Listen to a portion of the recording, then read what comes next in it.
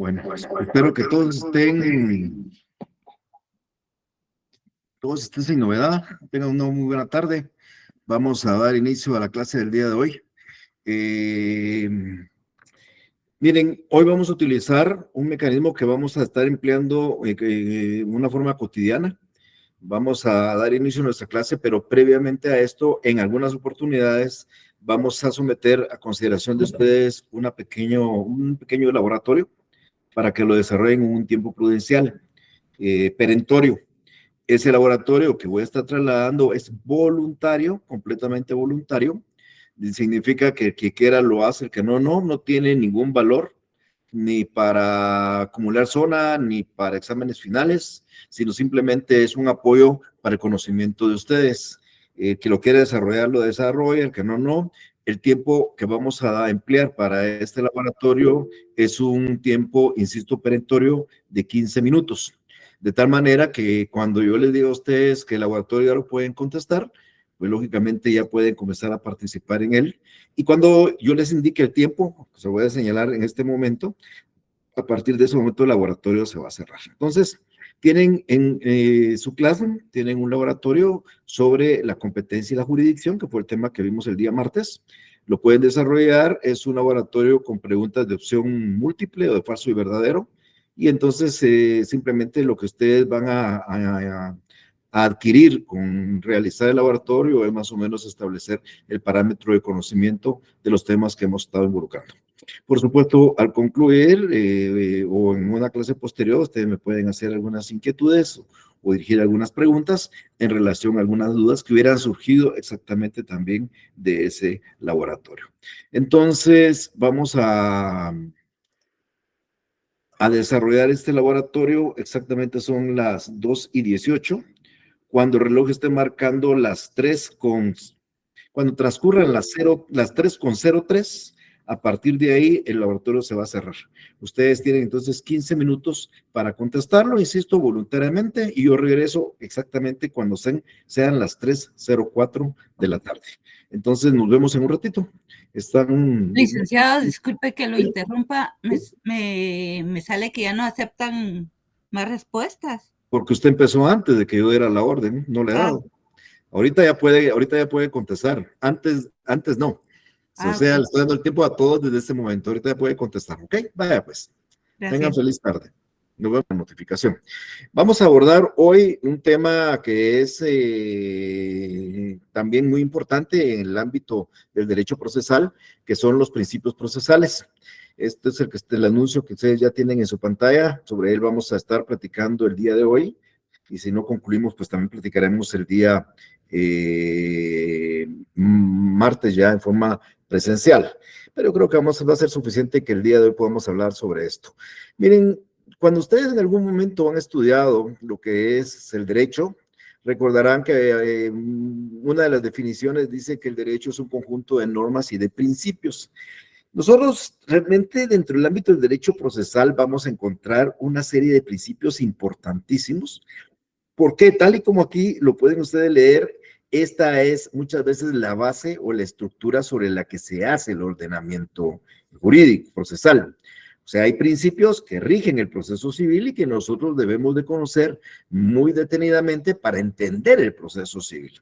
El día de hoy, mi idea es que conozcamos algunos de ellos, diría yo que la mayoría de los principios procesales, que van a ser fáciles de entender si ustedes escuchan mi explicación. Estos principios, al final de cuentas, cuando nosotros logramos entender los principios procesales, pues también logramos entender el proceso civil. Vamos a ir estableciendo cada uno de los principios y voy a tratar de explicar cada vez que esté hablando sobre el principio más o menos en qué consiste. Ustedes en este momento tal vez no lo van a captar mucho porque no hemos llegado a esos temas en particular, pero yo voy a dar algunos ejemplos para decir cómo se aplica ese principio en el ámbito de este derecho procesal civil con nosotros. Pero lo importante aquí es primero determinar que esos principios son una estructura sobre la que se edifica el ordenamiento jurídico procesal y que son fundamento para la prosecución de toda esta ley procesal. Normalmente estos principios son reglas universales. Eso quiere decir que en muchas legislaciones se conocen los mismos principios, algunos varían de una u otra forma, pero los que voy a estar explicando yo nos sirven mucho de base para estos aspectos. Los principios no están detenidamente señalados en la ley. Ustedes no van a encontrar normalmente un artículo que diga este es el principio, sino yo voy a ir explicando y el principio está involucrado en muchísimas normas procesales. Cuando yo explique el principio, les voy a decir más o menos, insisto, dando algunos ejemplos, de cómo aplica ese principio dentro del ámbito del derecho procesal. Pero, insisto, son normas normalmente universales, se reconocen en otras legislaciones, porque los procesos están basados en principios similares o los mismos. Bueno, ya entrando un poquito en materia, el primer principio que es fundamental en el derecho procesal civil nuestro es el principio dispositivo. Como he colocado en la presentación, le pongo entre paréntesis para que tengamos que dispone. Miren, el proceso civil, amigas y amigos, es un proceso que está a disposición de ustedes, futuros abogados, y de sus clientes. Ustedes van a decidir, van a disponer cuándo ustedes presentan la demanda e inclusive pueden disponer ustedes cuándo terminan el proceso. O sea, no es lo mismo que en el proceso penal. Recuérdense que el proceso penal está basado ahora a un principio acusatorio y normalmente pues la persecución penal le corresponde al Ministerio Público.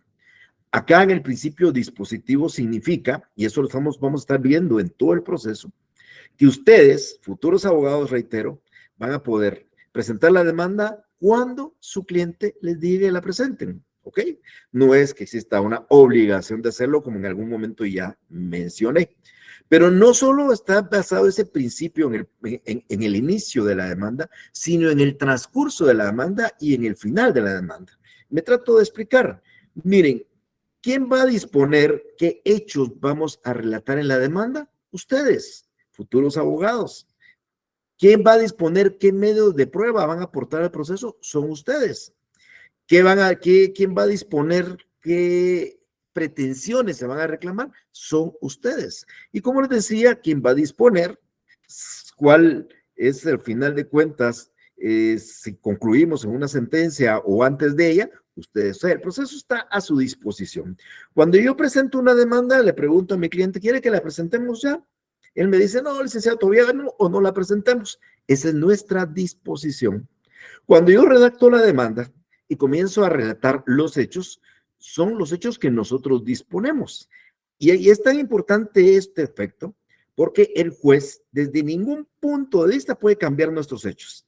El juez le está vedado investigar o agregar hechos. Los hechos del proceso son los hechos que yo le formulo al juez y son los hechos que la parte demandada le formula al juez. O sea, lo que trato de indicar acá es que no vayan a pensar ustedes que ustedes dejan a que el juez investigue otros hechos. El juez va a basar su decisión en los hechos que ustedes les formulen y que ustedes le demuestren. ¿Por qué? Porque está a su disposición. Y las pruebas es lo mismo. Cuando ustedes van a ver en el transcurso de esta explicación de todo este año, cuando ustedes como abogados ofrecen una prueba y proponen una prueba, son dos etapas muy distintas, pues ustedes deciden qué prueba ofrecer y deciden qué prueba proponer. Van a ver más adelante de que cuando yo ofrezco una prueba, esa prueba la puedo proponer. Si yo no la ofrezco, no la puedo proponer. Entonces, yo decido, se me ocurre, que quiero ofrecer la prueba de declaración de parte y la declaración de testigos, eso es mi disposición. Pero ya en la fase de prueba puedo disponer, solo proponer una de las dos y no las dos. Es nuestra disposición. O sea, nosotros disponemos qué medios de prueba. El juez le está vedado crear medios de prueba, incorporar medios de prueba. Solo hay una etapa que también van a entender ustedes en el transcurso de estas explicaciones, en el año, que es el auto para mejor fallar, donde el juez, ante la duda, ante la inquietud, puede ordenar que se traiga a la vista cierta documentación para él salir de esa duda que tiene, pero normalmente es las partes las que le ofrecen y le proponen y le presentan al juez los medios de prueba. Y después, pues por supuesto, ¿qué es la pretensión? Ustedes disponen cuál es la pretensión. Si, por ejemplo, ustedes presentan una demanda de divorcio e incluyen la relación familiar o la pérdida de la patria potestad, pues la ley le permite hacer eso. Si no quieren, no lo hacen. Las pretensiones también son una disposición de las partes. En conclusión, cuando ustedes estén leyendo todo el proceso y vean que son las partes las que formulan los hechos, son las partes las que proponen y ofrecen las pruebas, son las partes las que hacen las pretensiones, bueno, y son las partes las que inclusive pueden terminar el proceso, están viendo que está regido por un principio dispositivo. Que te reitero, se llama principio dispositivo porque se dispone. Igualmente tenemos un principio de concentración que es muy importante, que quiero adelantarles de una vez. Este principio de concentración no prevalece en nuestra ley, pero sí hay un procedimiento que aplica el principio de concentración. El principio de concentración deviene normalmente de la oralidad. Cuando los procesos son orales, ustedes ya lo están experimentando en el ámbito penal, cuando los procesos son orales, se trata de desarrollar el menor número de etapas procesales en el menor tiempo. Normalmente se concentran en audiencias. Si ustedes recordarán su proceso penal, pues hay un debate y hay audiencias, se trata de concentrar. En el proceso civil hay un principio de concentración en el juicio que vamos a ver el otro semestre, el juicio oral. ¿Y por qué es un principio de concentración? Porque el proceso se desarrolla con una serie de etapas. Más adelante yo voy a estar explicando, por ejemplo, que el proceso tiene una etapa de iniciación, tiene una etapa de desarrollo, tiene una etapa de desarrollo y debate y tiene una etapa de decisión. Entonces, por ejemplo, en la etapa de inicio, pues uno presenta la demanda y da audiencia por cierto tiempo para que la contesten. En la etapa de prueba hay ciertos tiempos o ciertos días para desarrollar la prueba y luego vienen los alegatos y la sentencia. Pero en el juicio oral, por ejemplo, todas esas etapas se desarrollan en el menor número de tiempo, de audiencias, en el menor tiempo. Y ustedes se van a dar cuenta cuando hablemos del juicio oral, que en el juicio oral se señala una audiencia y en esa audiencia ahí se contesta la demanda, ahí se interponen excepciones, ahí se ofrecen las pruebas, ahí se proponen los medios de prueba e inclusive ahí se pueden diligenciar los medios de prueba. Entonces el principio de concentración, que significa concentrar, es tratar de que el mayor número de etapas de un proceso se desarrollen en el menor número de tiempo y por ende se desarrollan normalmente en audiencias. Un tercer principio es el principio de celeridad. Esto es una utopía, también quiero decirles, mis estimadas amigas y amigos. Nosotros creemos que hay justicia cuando es pronta y cumplida. Y cuando hablo de pronto, es un juicio, un proceso que debería durar poco tiempo.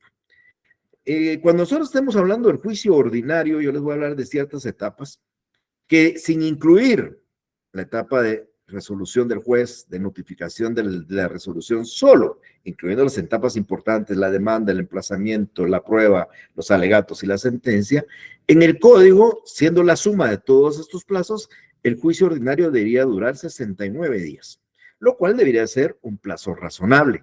Ahí habría celeridad, prontitud, rapidez. Sin embargo, en la práctica, un juicio ordinario dura años.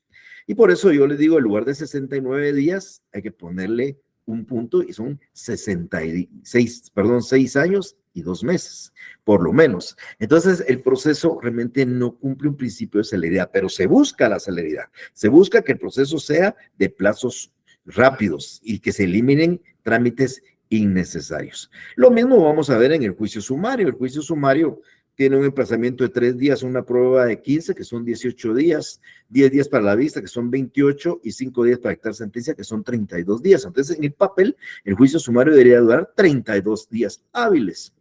Sin embargo, en la práctica dura también años y podemos ponerle 3 años, 2 meses, solo por estar ejemplificando. Entonces, aunque esta es una utopía, y el principio de celeridad lamentablemente no se aplica como quisiéramos en el proceso civil nuestro, es un principio que debería de regir nuestro proceso. Debería ser un proceso rápido, pronto, porque nosotros siempre buscamos y pretendemos, insisto, una justicia pronta. Luego tenemos otro principio que es el principio de inmediación. Inmediación es estar cercano a alguien. El principio de inmediación es ni más ni menos, mis estimados amigos, que recuérdense que el juzga es el juez. El juez es el que va a decidir y entonces el juez debe estar en un contacto directo con las partes. O sea, dentro del juicio, el juez debe estar en contacto directo, debe estar involucrado y debe de estar recibiendo las pruebas él personalmente. Se hace esta explicación porque ilegal sería que las pruebas las reciba un oficial, un notificador, un auxiliar del juez. Es obligación del juez estar en sus audiencias de prueba. Sin embargo, yo les cuento como una anécdota, cuando yo trabajaba en los organismos judiciales hace 30 y pico de años, casi 40 años, pues a veces las audiencias las desarrollamos nosotros los oficiales y el juez estaba en su despacho, no sabía qué estaba pasando allá afuera y nosotros haciendo las audiencias tratando de conciliar en un juicio de alimentos, por ejemplo, o tratando de conciliar un juicio de divorcio. No, la obligación es que el juez esté en contacto directo y en las audiencias de prueba esté el juez ahí presente. En el juicio penal, por ejemplo, es motivo de nulidad el hecho de que no esté el juez o no esté integrado el tribunal. Por consiguiente, ese juicio es nulo. Y en el ámbito civil, pues lógicamente debe suceder exactamente lo mismo. La inmediación es aquel principio donde se trata de que el juez esté en una relación o un contacto directo con las partes, principalmente, por supuesto, en los medios de prueba. Luego tenemos un principio de orden que se llama el principio de preclusión. ¿Por qué les digo de orden? Lo importante del principio de preclusión es que las cosas que se desarrollen pues tengan un fin. Si nosotros no tuviéramos un fin a cada etapa procesal, entonces sería un desorden realmente el proceso. Entonces, me lo trato de explicar. Si a mí me dan 30 días de prueba en un juicio ordinario, pues 30 días son algo así como lo acabamos de hacer en la prueba de laboratorio. Se les dijo 15 minutos, se les dio la hora en que iba a concluir y pasadita esa hora se precluyó el derecho. Claro, en el ámbito ya presencial, yo recuerdo, y seguramente así es, y así lo vamos a experimentar con ustedes cuando sea presencial, yo voy a decir, bueno, el tiempo concluyó y ustedes van a seguir escribiendo, van a seguir apuntando y todavía sacando la última mientras yo no les quite su examen y lo tenga que arrebatar a veces de las manos. No, el principio de preclusión significa transcurre la etapa y termina, y no se puede regresar a ella. Vamos a encontrar 30 días de prueba en un juicio ordinario, el día 31 ustedes ya no pueden aportar medios de prueba. A ustedes les dan 3 días para interponer una apelación, al cuarto día ya no lo pueden hacer. Si ustedes no contestan la demanda en 9 días y les acusan rebeldía, les va a precluir ese derecho. Entonces, la preclusión simple y sencillamente es que el proceso se desarrolla por etapas y cuando se transcurre una no podemos regresar a ella. Imagínense ustedes que un proceso esté pendiente de dictar sentencia y sucede que alguien todavía quiere aportar prueba y regresa al momento de la fase de prueba. Se convertiría en un desorden. Entonces, el principio de preclusión significa que se transcurre una etapa, se cierra la etapa, continuamos con la siguiente. Termina esa, se cierra y continuamos con la siguiente hasta concluir con el proceso. Determinada esa etapa o cualquier etapa, no podemos volver a dicha etapa. El principio de eventualidad es un principio mero particular. El principio de eventualidad lo que nos dice es que tenemos que aportar de una vez todos los medios de ataque y de defensa como medida de prevención para el caso que primeramente interpuesto sea desestimado. Acá, este ejemplo que les puedo dar, tal vez para el futuro va a ser, es que a nosotros se nos da la oportunidad de presentar, por ejemplo, como medios de defensa las excepciones. Y nosotros, pues, podemos presentar en ese momento una excepción. Vemos que hay otra y posiblemente una tercera. Entonces, en el principio de eventualidad, lo que se nos está permitiendo es que podamos presentar de una vez todos estos nuevos medios de defensa por aquello de que aquel no resulte, pueda resultar este otro. Este es un principio también aplicado en el proceso, pero realmente el código también regula, insisto, la posibilidad de que podamos interponer excepciones todas conjuntamente en un momento. Nos permite también a veces plantearlas por separado, como oportunamente también ustedes lo van a estar viendo. Luego de esto tenemos un principio de adquisición procesal que es importantísimo en el proceso. Este principio también tenemos que manejar nosotros muy bien en el ámbito. Miren pues, en el proceso no gana quien aporta más pruebas. Vamos a poner un ejemplo. A se enfrenta a B. A ofrece, propone y se le diligencian 10 pruebas y B ofrece y propone ninguna prueba. O sea, A presenta 10 pruebas y B no propone nada. En el sentido lógico, pensaríamos nosotros que como A presentó 10 pruebas, pues lógicamente A va a demostrar y B no hizo nada. Pero es importante establecer que este principio de adquisición significa que la prueba que ustedes presenten, cada vez que ustedes presenten una prueba del proceso, No solo prueba a favor de ustedes, sino puede probar en contra de ustedes, porque la prueba ya no es de las partes. Cuando la prueba se desarrolla, esa prueba ya no es de quien la propone, sino esa prueba ya pertenece al proceso. Y por consiguiente, una prueba que ustedes propongan y se diligencie puede probar inclusive en contra de ustedes. Vamos a ver, cuando yo estoy hablando de la declaración de parte en su oportunidad, que por ejemplo, ustedes preguntan y la otra parte contesta.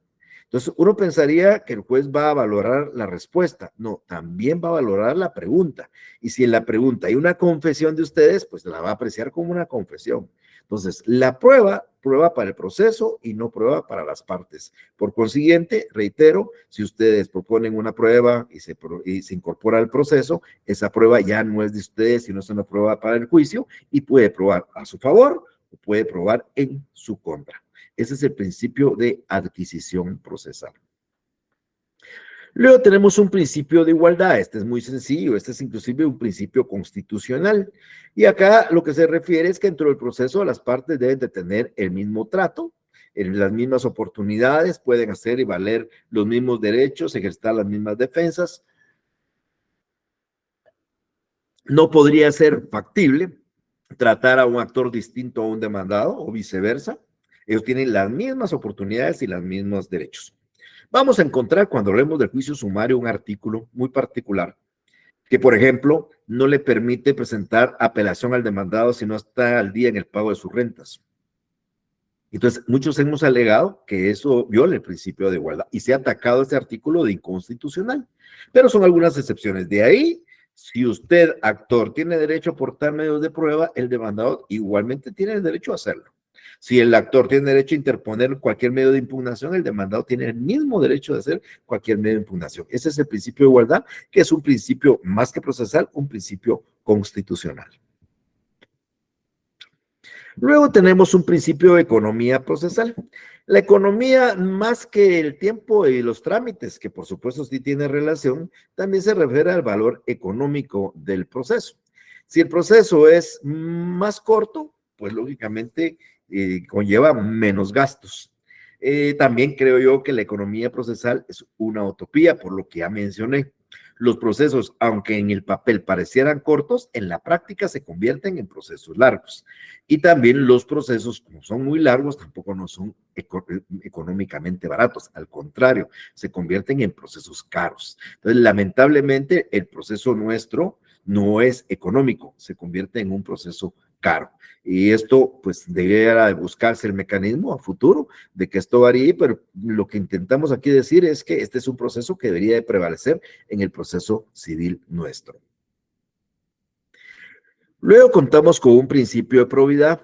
La probidad es un sinónimo de honradez. En el proceso debemos de actuar en cierta forma con honradez y con integridad y con rectitud. Miren, pues, existe la manera de entorpecer un proceso, porque lo hay. Y la ley nos da los caminos, nos da los mecanismos, los instrumentos, algún medio de impugnación, un recurso, etcétera, hace retardar los procesos. Pero la idea es que dentro del proceso, tanto el juez como las partes actuemos con honradez, con rectitud, con integridad. Eso es el principio de probidad. Tratar de actuar de tal manera que al final la decisión del juez sea una decisión imparcial basada realmente en actuaciones probas, en actuaciones desarrolladas con rectitud y con integridad. Llevar un testigo falso, creo que sale el principio de probidad, por ejemplo, interponer algún medio de impugnación no idóneo y seguirlo atacando, a mi criterio no son, son principios que violan el principio de probidad, pero la idea es que nuestro proceso civil esté basado en este principio de rectitud y de integridad y honradez. El principio del proceso de nosotros, proceso civil, es un proceso eminentemente escrito. Miren, ustedes pues seguramente, bueno, nadie sabemos la historia, pero sí sabemos que nosotros fuimos colonizados por España hace más de 500 años. Eso todos lo sabemos, es algo que lo conocemos y lo manejamos. Pero es importante decirles a ustedes que desde hace 500 años nuestro proceso es escrito. O sea, cuando alguien quería hacer una solicitud a la corona española, pues hacía un documento por escrito y se iba en las carabelas hacia España y regresaba de España. En la ida y la vuelta pasarían 6 meses, un año, para que resolvieran algo allá, porque el proceso era eminentemente escrito. Y normalmente nuestro proceso civil ha sido escrito, insisto, desde esa época hasta la actualidad. Nuestros procesos que yo he explicado con ustedes, el ordinario, el sumario, los juicios de ejecución, los procesos voluntarios, son eminentemente escritos. Nosotros tenemos que hacer una solicitud escrita.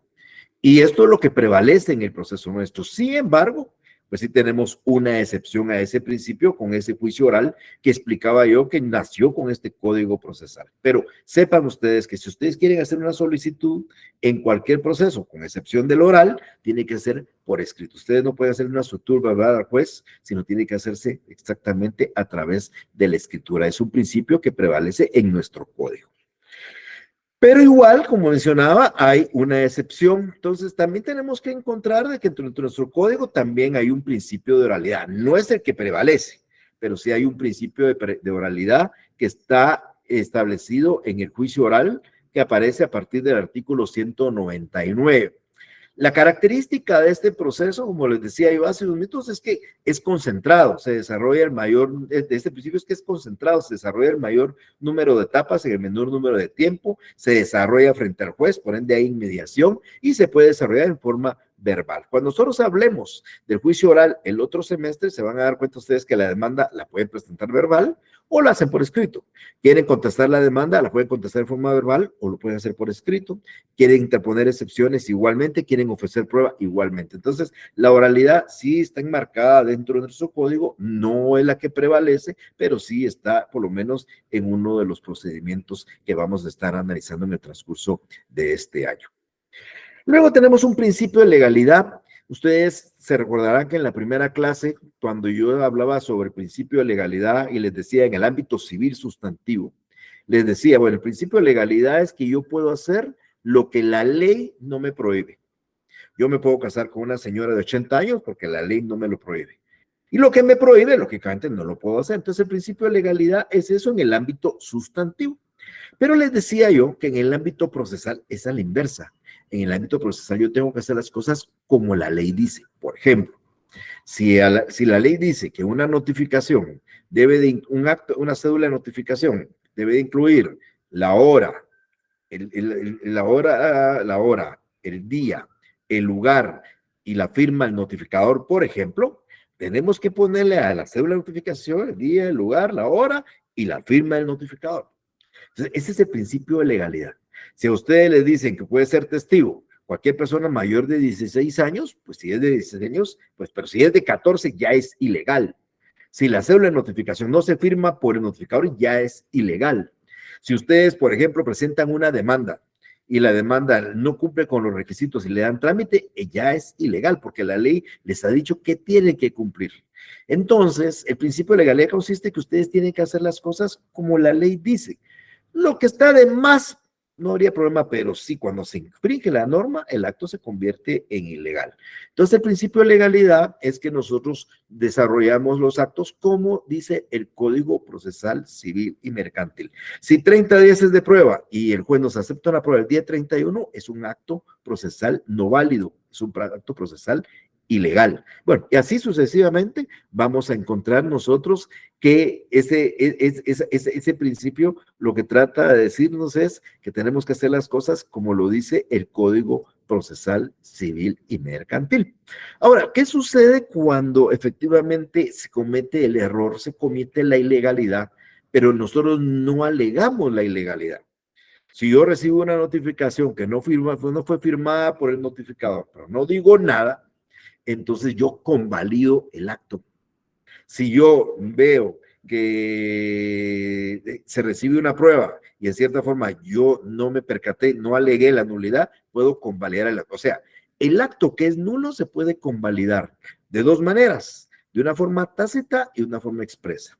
En una forma expresa, pues simple y sencillamente voy a aceptarlo y voy a manifestar que estoy de acuerdo con el acto y no hay ningún problema. Y en una forma tácita es cuando no alego la nulidad. Ustedes vamos a ver también en el transcurso de este año, si es que nos permite todavía el semestre, un recurso, un remedio procesal, un medio de impugnación que se llama nulidad. ¿Y contra qué procede esa nulidad como medio de impugnación? Contra los actos nulos. Cuando ustedes les hacen una notificación y no va firmada por el notificador, tienen 3 días para interponer una nulidad, pero si no le interponen 3 días, confirman o revalidan el acto. Entonces, tienen 3 días para alegar la nulidad y si no la alegan, tácitamente aceptan el acto nulo. Entonces, el primer principio anteriormente explicado de legalidad es hay que hacer las cosas como dice la ley, y el segundo dice, si nos equivocamos, pero no alegamos esa nulidad o no, la otra parte no la alega, automáticamente convalida el acto. Ese es el principio de convalidación. Luego tenemos un principio de congruencia. El primer principio que hablé hoy con ustedes, el principio dispositivo, dice que ustedes van a disponer. Ustedes van a disponer cuáles son los hechos, ustedes van a disponer cuáles son las pruebas, ustedes van a disponer cuáles son las pretensiones. Este es el principio dispositivo. Ahora, el juez le está vedado cambiar los hechos. Al juez le está vedado incorporar pruebas. Al juez le está vedado resolver más de lo pedido. Y esto es el principio de congruencia. El principio de congruencia es que el juez tiene que resolver y dictar su decisión y su sentencia basado en los hechos, en las pruebas y en las pretensiones que las partes les han formulado. El juez, si ustedes le pidieron el divorcio y él resuelve la separación, es incongruente su sentencia. Si ustedes le pidieron el divorcio y además le pidieron una X cuestión y no resuelve, es incongruente. El juez tiene que resolver basado en los hechos que las partes, actor y demandado, le formulan, debe resolver conforme a las pruebas que actor y demandado propusieron y se incorporaron legalmente al proceso, y tiene que resolver conforme a lo que ustedes pretendían en su demanda o en su contestación.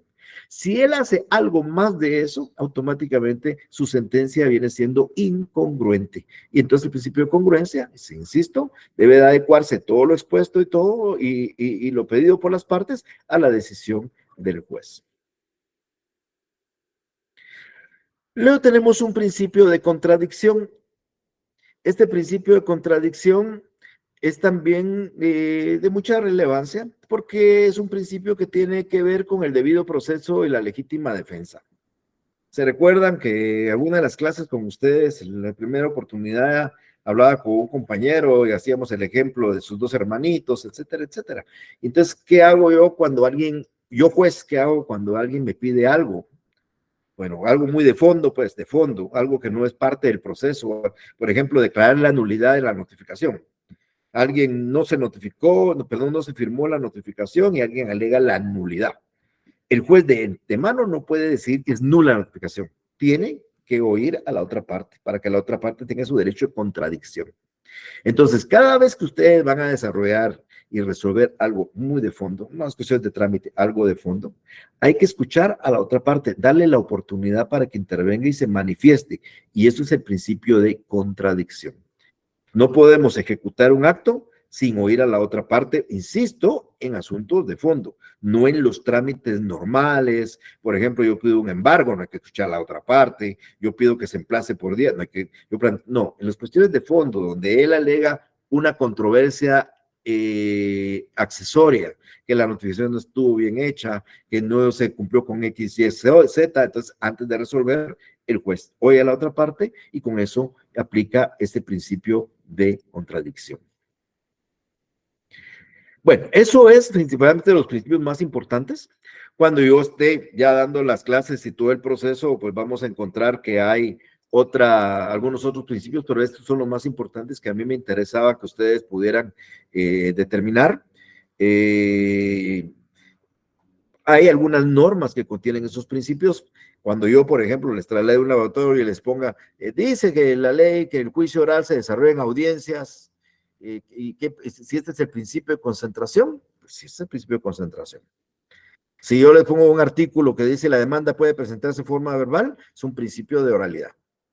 Si yo les pongo y la parte deberá indicar los hechos en que se funde en principio dispositivo. Entonces, cuando yo les ponga a ustedes un aspecto de esta naturaleza, ustedes lo que tienen que hacer es encuadrar el principio que he mencionado dentro de la norma que pudiera explicar. ¿Alguna pregunta que tengan, por favor? Me pueden preguntar cualquier cosa, la clase anterior, esta clase, inclusive el laboratorio que acabamos de desarrollar. ¿Alguna pregunta? Gustavo, por favor. Sí, licenciado, gracias.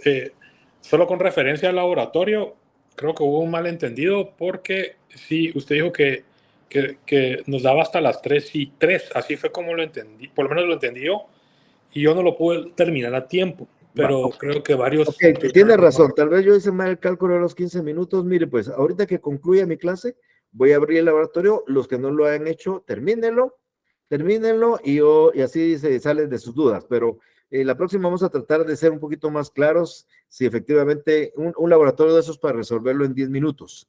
De hecho, mis exámenes virtuales son de esta forma.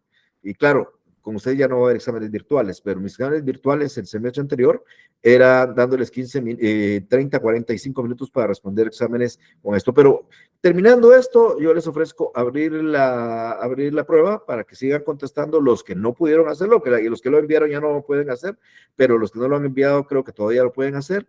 Y por supuesto, una vez, en unos 10 minutos después de eso, yo estaré cerrándolo para que ustedes reciban su nota. Joseph, por favor. ¿Qué tal? Buenas. Buenas. Le quería preguntar, igual con respecto al laboratorio, en una de las preguntas venía algo relacionado a las acciones perentorias y me preguntaba si la acumulación era una acción perentoria. Es que Pero no hablaba nada de excepciones perentorias, hablaba nada más la prórroga de la competencia, Joseph. A eso se refería. Ajá, pero digamos... Y la respuesta, ¿perdón? Sí, Galín, disculpe. Y la respuesta ahí es que eran todas las indicadas, porque la ley así lo dice. ¿En qué caso se prueba la competencia y hace una lista y enumera una lista? Sí, es que en el artículo 4 era donde aparecen todos esos de los casos en que se prorroga la competencia. Ajá. Y aparecían enumerados aparecían en el numeral 1 al 4, pero no aparecía ni la acumulación ni el numeral sexto que dice por otorgarse fianza a la persona. Claro, no aparecían esas, pero las que sí estaban, sí eran también. Ajá, y digamos, claro. Pero también aparecían las perentorias, y aparecía entre... No, cautelares. Ah, sí, perdón, cautelares. Cautelares. Sí, perdón, me confundí por andar. No, perentorias no es cautelares. La acumulación es cautelar, no, es cuando se decreta garantía, es cuando se da garantía. Entonces no podía hacer todas las anteriores, porque aparecía cautelares y... ¿Usted tiene el examen ahí? Ya lo cerré. No, pero le llegó en su nota que le llegó, lo puede abrir. Vamos a ver. No, es que yo lo entregué un minuto después y me apareció, ya no se acepta más respuesta. Entonces espérese que le regrese su nota y si quiere eso lo discutimos el día martes, ¿verdad? ¿Oye? Pero la cosa es que la acumulación no es una acción de eso. No, la acumulación es cuando yo lo demando a usted en un tribunal por una cuestión, pero hay otra demanda similar para evitar dos fallos contradictorios, lo que se hace es acumular las acciones. La acumulación es juntar procesos, eso es la acumulación. Ajá, eso tenía entendido yo y me puse a pensar. Eso es. Gracias, Lick. Vaya, José. María, por favor, María José. Buenas tardes, licenciado. Sí, fíjese que a mí también tengo una duda en cuanto a una de las preguntas. No recuerdo muy bien cómo estaba formulada la pregunta, pero era sobre un caso hipotético entre un acusado de Chimaltenango y el demandante, creo que era del municipio de Guatemala, y la pregunta era que si el juez del municipio de Guatemala era el que tenía la competencia. Ajá. Por lo que usted nos explicaba la última vez, pero no recuerdo su explicación que dio la clase pasada en cuanto a eso. ¿Cuál de los dos jueces es el que...? Bueno, no recuerdo, la pregunta no la recuerdo. Cuando ustedes reciban su nota, ahí pueden ver las respuestas, pero mire, pues María José, lo que yo explicaba es que la justicia sigue el demandado. En las acciones personales, la justicia sigue el demandado como regla general. Entonces, María José, si usted tiene que demandar, aquí me quita un poquito la palabra acusado, la palabra acusado no existe en mi idioma procesal civil. Disculpe, me confundí. No tenga pena, pero estamos aprendiendo, ¿verdad? Entonces, acusado no, hay que actor demandado. Entonces, cuando usted actora, María José, va a demandar a alguien en una acción personal, porque aquí hasta hay que saber la diferencia entre acción personal y acción real. Una acción personal, usted tiene que ir a demandarlo a donde él tiene su domicilio o su vecindad. Así dice, salvo el pacto de sumisión. El pacto de sumisión tuvieron que haberlo leído ustedes el día que yo les dije a ustedes, ¿qué es el pacto de sumisión? Es una renuncia a eso. Si ustedes leen alguna escritura de un banco, de algún instrumento, algún contrato, van a encontrar una cláusula que dice, y el arrendante o el deudor renuncia al fuero de su domicilio y se somete a los tribunales que elija el acreedor. Entonces, esto le da dando la pauta que basado en este contrato, el demandado renunció al fuero de su domicilio y yo lo puedo ir a demandar, actor donde yo quiera. Pero si no existe esa renuncia, yo tengo que ir a demandar al demandado a donde él reside. Si el asunto es de un juez de paz, donde él tiene su vecindad, y si es de instancia, donde él tiene su domicilio, que es el departamento. Entonces, esa es la regla general. Hay excepciones a esa regla, pero cuando a usted se le venga en la mente que tiene que demandar a alguien, piense que tiene que ir a demandarlo a donde él vive. Eso es la idea. La pregunta no sé cuál era, pero si era una acción personal, la respuesta era el juez de donde él vive, donde él está a su domicilio, del demandado. Así es el tema hoy. Ah, ok, gracias, licenciado, ya me quedó claro, gracias. Pablo René, por favor.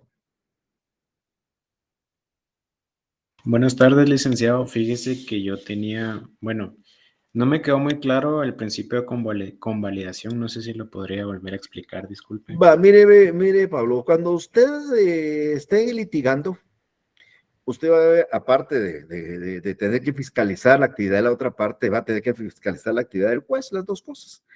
Cuando usted, por ejemplo, yo le ponía el ejemplo de una notificación que es muy sencilla de entender. Si a usted le llegan a notificar o a su cliente le llegan a notificar una demanda, y usted cuando ve la demanda, la cédula de notificación no tiene la hora, ni la firma del notificador, usted dice, este acto es nulo, esa notificación no es válida, y usted tiene la forma y la posibilidad de impugnarlo. Eso se llama de impugnar por nulidad, eso es.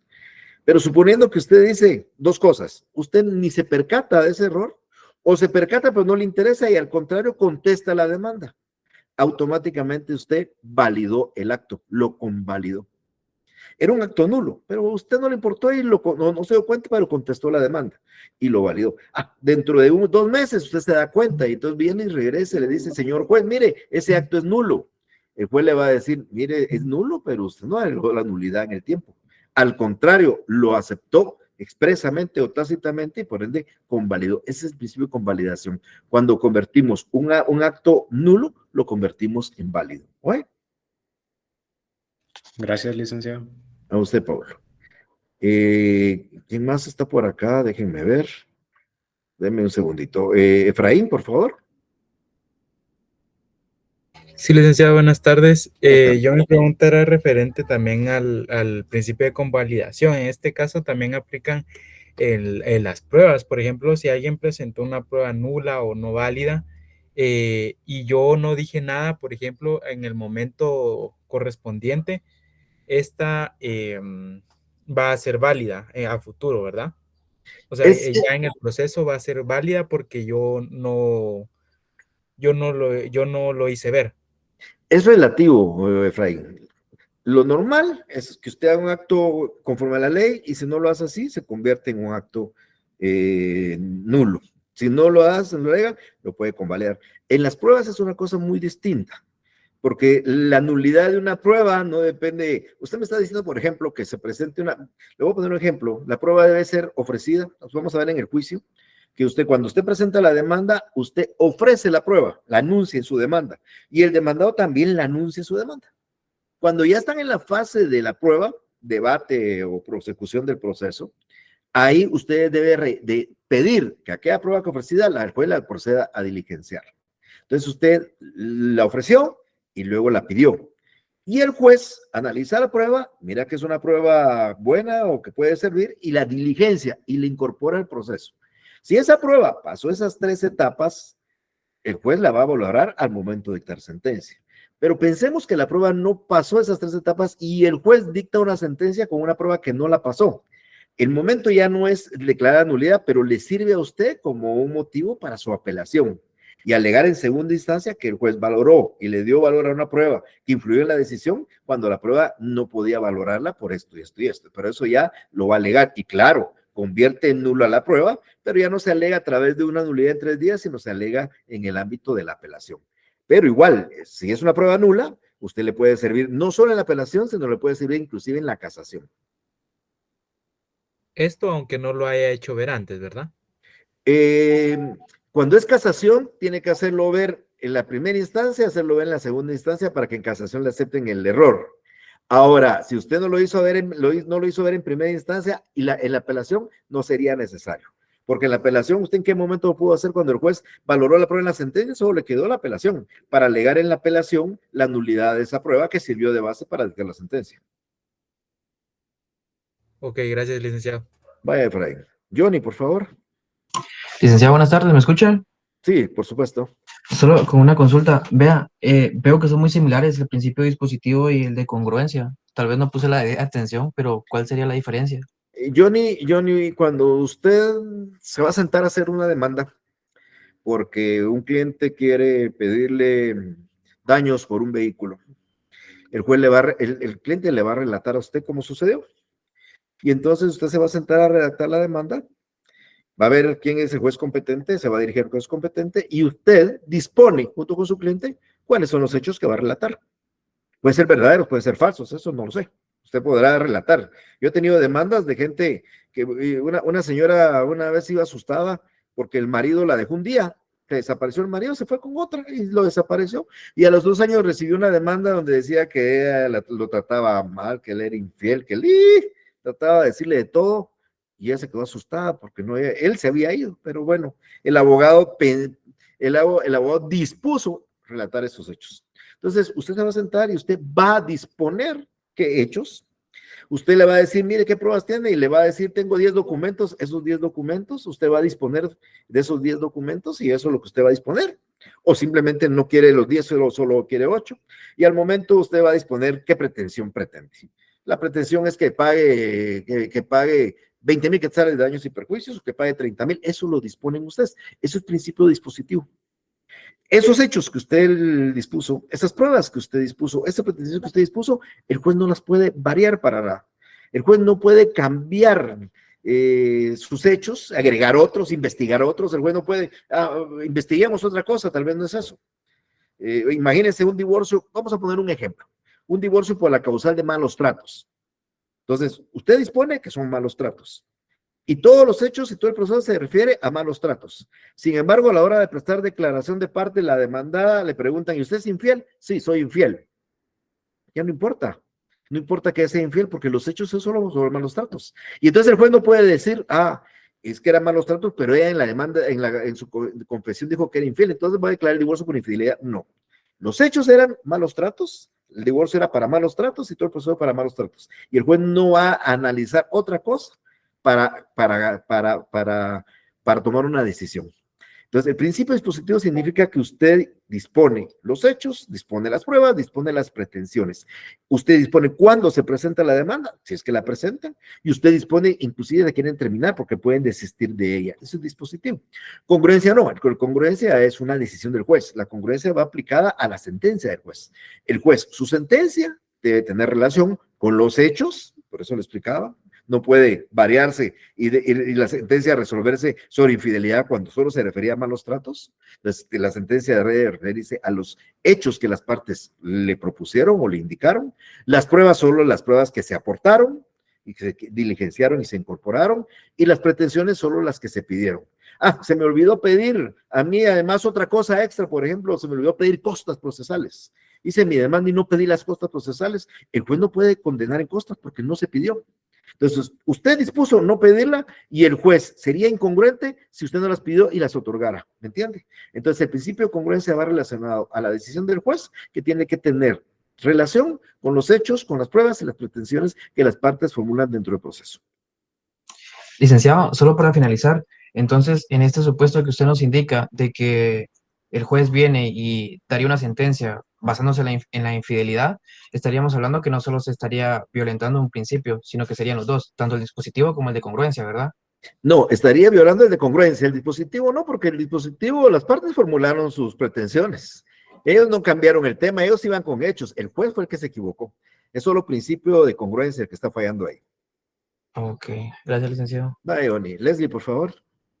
Buenas tardes, licenciado. Mi pregunta sí es respecto al laboratorio. En la pregunta donde dice, usted promoverá un juicio de reparación de daños ocasionados en un accidente de tránsito en jurisdicción del Progreso. El causante de los daños reside en Jutiapa y su cliente reside en Chiquimula.